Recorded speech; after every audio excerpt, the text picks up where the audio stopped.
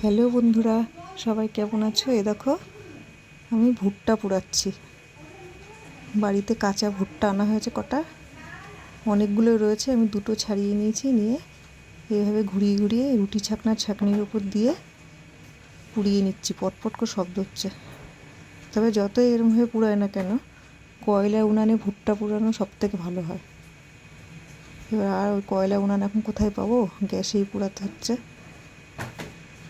কদিন ধরেই ভাবছি এই যে ভুট্টা খাবো, তাই জন্য বাড়িতে ভেবে পুড়িয়ে নিয়েছি। নিয়ে বিট নুন, এমনি নুন দিয়ে লেবু দিয়ে মাখিয়ে খুব গরম মাখিয়ে নিলাম।